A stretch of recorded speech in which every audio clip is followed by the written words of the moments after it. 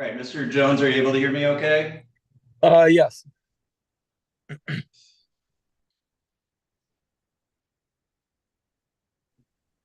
And Ms. Jones, are you able to hear me okay? Yes, sir.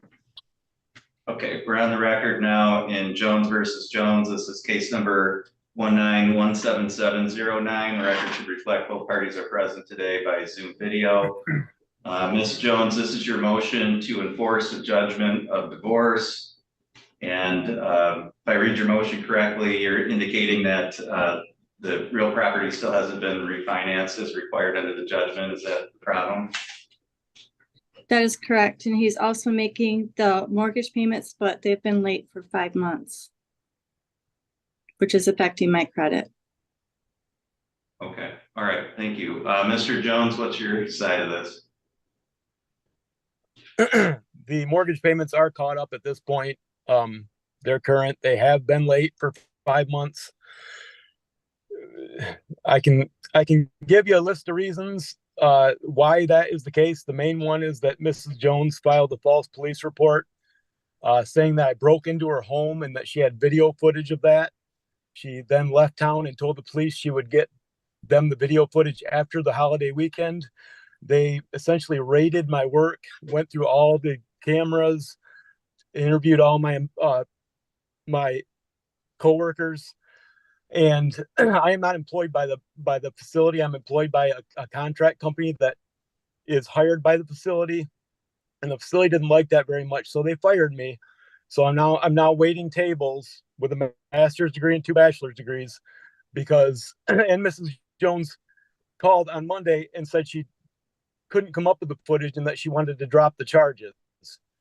The officer in charge of the case is even at the time is considering asking the prosecutor if they will swear out a warrant for the video that Miss Jones says she has because she did file a false police report. And at that point, they're looking to go after her for filing a false police report because of this. But that hiccup cost me a lot of money and time. I've now secured other employment, but like I said, I'm waiting tables. I'm making up enough money to pay the mortgage. I've caught the mortgage up completely, and it is current through now. And I believe I'm making enough money currently to continue to pay the mortgage on time. And I don't foresee any problems. But again, these are problems she's bringing on herself. That, in addition to that, having not seen her children in 4 years when I pay child support based on 50-50 custody, but she has nothing to do with the kids. And I'm bearing all the expenses of child support to her. And again, raising both children who now both have driver's licenses, who both need car insurance, who I'm making it all work, but losing my job made it very difficult to pay the mortgage and made it difficult to catch up while trying to find employment. And like I said, I'm waiting tables. All right, thank you. Ms. Jones, anything you wanted to say in response to that? Well, there was an incident that did happen over Thanksgiving, so that was the end of November. The payments that they started missing out was from September, which I provided for documentation on that. The kids, Mr. Jones has had multiple jobs. He's been bartending and waiting on tables while he was still doing his therapy work also. So this whole time he should have had enough money. Plus he has one of our son's friends paying him rent. Not true. Never has been true. Okay, Mr. Jones, it's Ms. Jones' turn to talk. You had a chance, so I'm gonna hear from her now, all right? Yes, Your Honor, I apologize. The agreement on the divorce was that he wanted to keep the house. Part of that agreement is that he makes the payments on time. It's going on 4 years. It'll be 4 years in April. He's making it work. He cannot refinance at this time because of his late payments of 5 months, not just a couple of months. It's been 5 months. And he still has not paid for February.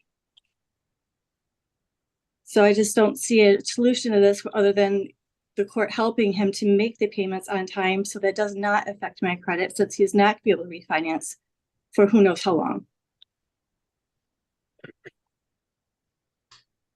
All right, so we've been dealing with this issue for a long time. I have no idea what the actual circumstances are getting two sides as to what recently happened, Mr. Jones, for you to lose your employment.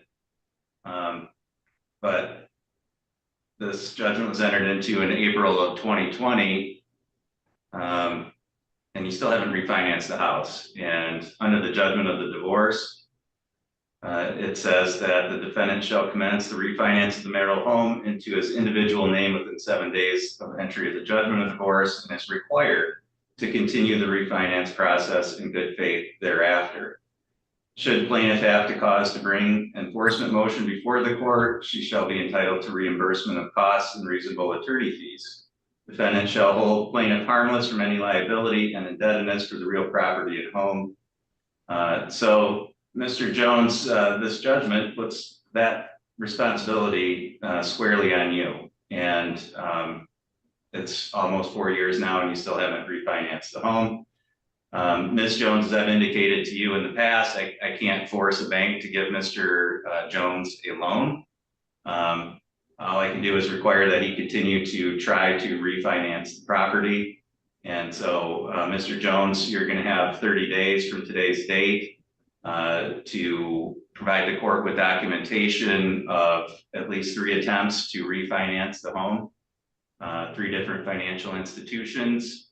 And you need to provide documentation from the financial institution itself, not something from you, indicating whether or not they've been able to refinance. And Ms. Jones, because Mr. Jones is responsible for refinancing it, and because he hasn't done that, I mean, if you have some kind of tangible damages from that's resulted to your credit from him not making the payments and not refinancing, then you may be entitled to those damages, but you would have to submit to the court some documentary evidence of that, whatever those amounts might be. So to the extent that you would like to seek that, I'll ask you to submit that to the court, and then the court's going to set this for another hearing, and we'll see where we're at that point. Ms. Jones, questions about that? Well, since he's been past due for 5 months, I don't see him being able to be refinanced. And since we're going 4 years, is there going to be a way for me to get a time frame put onto this? Where, I mean, I don't know how much longer this has to go on. Yeah, you know, unfortunately, the divorce agreement that you guys, I mean, I just read what the divorce agreement says, and unless the two of you come up with some other type of agreement or some other type of arrangement, that's what I can enforce, and that's what I can do. So the document that you guys drafted up is what I have to follow, just as it is what you guys have to follow, and it limits me in terms of what I can do to make this go forward. So that's all I can do, is really require Mr. Jones to continue to attempt to refinance the home in good faith, just as the language of the judgment says. But the language also says that he has to hold you harmless for any liability or indebtedness for that property. So again, to the extent that you're incurring some type of financial damages, then he's going to be responsible for those. But I have to have documentation of that. Okay. All right, Mr. Jones, do you have any questions? I don't have any questions. I just wanted to point out that I am absolutely following the judgment of divorce to, I mean, as far as I know. If that's not the case, I would like for you to tell me so that I can do something differently, or, you know, whatever the case may be. We knew that this was going to be difficult. That's why it's written like that. Neither of us wanted the house. We attempted to sell the house. I have put a new roof, new appliances, new flooring. I've put all kinds of stuff into this house because it's falling apart, and I'm taking up for her financial responsibility. Neither of us, like I said, neither of us wanted the house. I took the house because I was the only one that could afford the payment, and obviously that became difficult lately, and it's the reason I haven't refinanced. But these are all things. This is a contract that Miss Jones entered into, and I am now fulfilling. I don't know why I'm being looked at as the bad guy or having done something wrong when I'm doing everything I can. Like she said, including working 2 jobs. I've now picked up another job waiting tables. I'm working 2 separate places doing that now because I've lost my other job. I mean, I am bending over backwards and just busting my butt to try to get this done and honor our agreement. And I believe I'm doing so. I just in good faith, I'm continuing to attempt to refinance, but I haven't been able to as of yet. Yeah, so I mean, the only reason why we're here is because you haven't refinanced the home. So when you ask me what you haven't done, that's what you haven't done. If you refinance the home or sell it, do something with it, I don't know, but that's why we're here. So if you want to know why we're here, I read you what the judgment says. We're here because you haven't refinanced the home yet. So It does. The judgment, of course, doesn't say I have to refinance the home. It says I have to begin within 7 days and continue to attempt in good faith to refinance, and that's what I'm doing. I want to. I don't want this. This is. I mean, nobody would want this. then keep trying to refinance the home then. And that's what I'm making you do is Yes, give me proof that you're trying to refinance the home. I think it's pretty obvious. And I think if you look at this with some common sense, trying to refinance the home ultimately results in refinancing the home, right? If you have a credit score to do so, yeah, absolutely. But I just you know, you entered into this agreement too. Your signature's on this document. And so if you didn't think you were going to be able to do it, you shouldn't have signed it either. You should have come up with a different plan. So you're equally, both of you, at fault for entering into agreement that's not working out for either of you.